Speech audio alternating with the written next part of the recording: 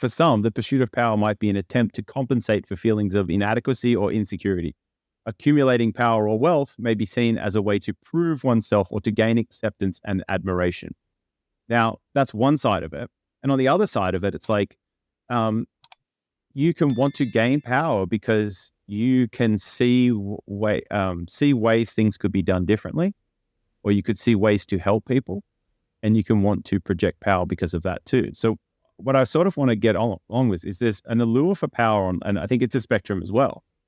And you can have it for this, the insecurity style stuff, or you can have it as a mechanism to project power to do useful and beneficial things. And I think that you can, on one end with the insecurity and stuff, you can sell yourself on doing it for grandiose reasons when really it's an internal problem. And on the other end of the spectrum, you're truly doing it for those intrinsic reasons of like, this is going to help us change the lives of millions of people, or steer society in a direction that you really believe it should go in. And it, whether it's good or bad, that's only time will tell, so to speak. But by having the ability to do that is a useful thing, right? So having the ability for people to gain power and do that is useful. I'm not saying we shouldn't allow people to gain power or anything like that, but people can do it for useful and less useful reasons, so to speak. And I think if you're doing it because of the insecurity stuff, I think that should be a bit of a red flag. And the point I'm trying to make with that is it's on the surface, to me, from my limited perspective, it seems as if the common allure for people in positions of power, or the common people who try to get to these positions of power, may be doing it because of insecurities and fear and other internal things that aren't satisfiable, if that makes sense. That kind of summarized my point a bit. Yeah, 100%. You know who's a dangerous person? Who? Somebody who is a nerd and got bullied their entire lives and then is suddenly in a great position of power. Yeah. Do you think... Well, anyone that was like that.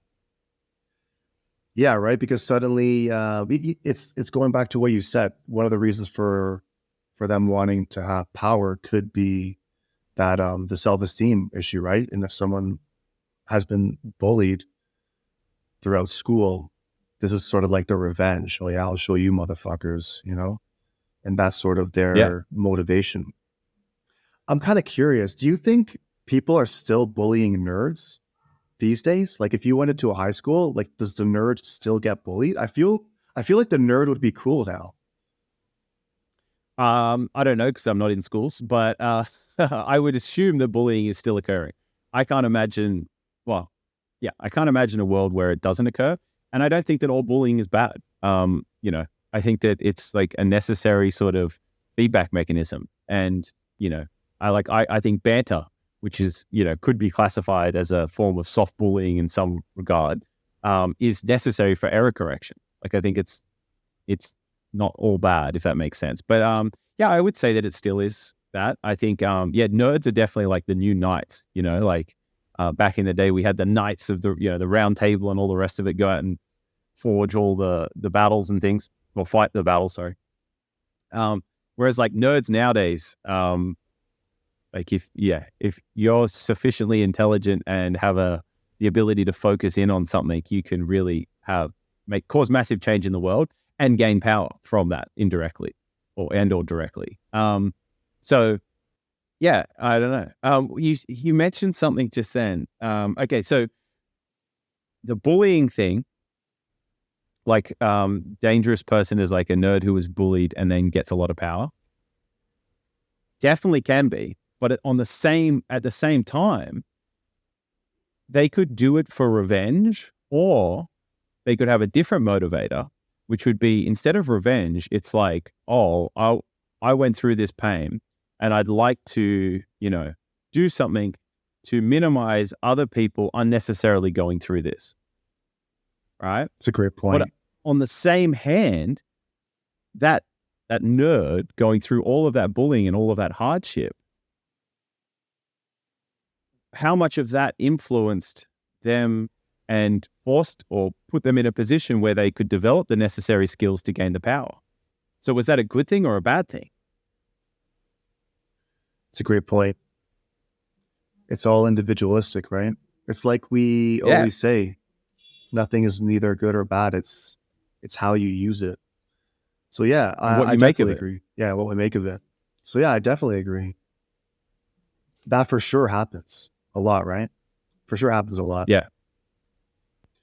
Yeah, I'm also like mad curious about this Allure of Power 2 groups. And I've always been as well. Like, I guess one of the driving forces, we sort of just hit on it a little bit, is that, right? Someone who sort of wants to, maybe in a revenge type of way, act on it in a positive or a negative way. And if they do act on it in a positive way, that is a good thing, or that's a useful thing, right? So in that circumstance, or it's more likely to be useful. Yeah. Yeah, because I think it's a well-known thing that hardships, or any types of hardships, it's a motivating factor for people to get out of those hardships to make their own lives better, and in many ways to make the lives better of the people around them, right? That's why you see people who've come from impoverished immigrant families make killer businessmen, because they've gone through the hardships, right? Or even people who are just born in impoverished areas or were bullied. Any type of hardship can be a huge motivating factor and drive people to strive to be in power positions, to want to make things better, right? Yeah, no, I agree. And I'm trying to untangle this in real time, which is difficult. But there seems to be like the allure for power, like, we're not going to deny that it's there. It's definitely there. But there seems to be like two ends of a spectrum, which is like, one is you're trying to satisfy something within yourself, some sort of insecurity or something.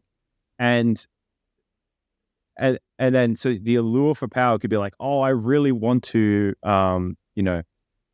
solve this problem, or I really want to, help this field or discover this thing. And that's what drives you. And you're doing that because of the intrinsic satisfaction to yourself.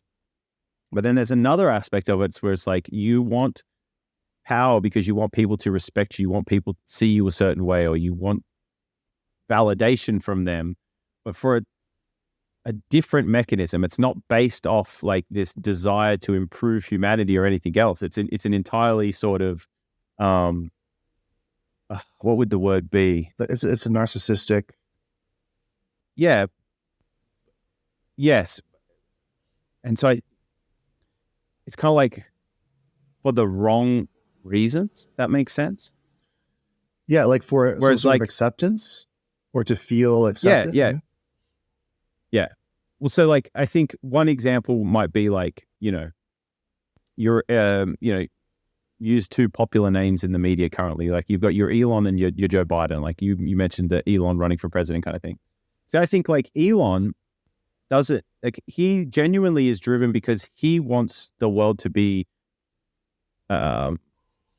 he wants humanity, consciousness, and the world to be different. He can see a different future for humanity, and he wants to put his effort towards that, right? Because that's the world that he wants to live in. And then, whereas if you've got a Biden who I don't really know what the fuck he wants. You know what I mean? Like, what's he really passionate about? Like, what's something that's really driving him? Like so he's in a position of power, like he's the president of the United States. Well, like, is there anything that he really like that's big and meaningful or greater than him? Like, is he aiming for something that's greater than him? Like, is he trying to steer humanity in this direction that leads to, bigger and better things, right? And I don't see that, but he's in a position of power. Whereas if you got your Elon, who seems to have like these clear, tangible things, like he's quite open about saying that like we are the only example of, the light of consciousness that we know of in the universe. And so trying to preserve that is very important. And so becoming multiplanetary is an important part of that. It's like having a backup system, like we're doing a backup, so to speak. And so he's really allocating time and energy to try and solve that problem. Whereas like your Biden seems to just be like, in it for the power, so to speak, not necessarily trying to direct it in any sort of, useful direction.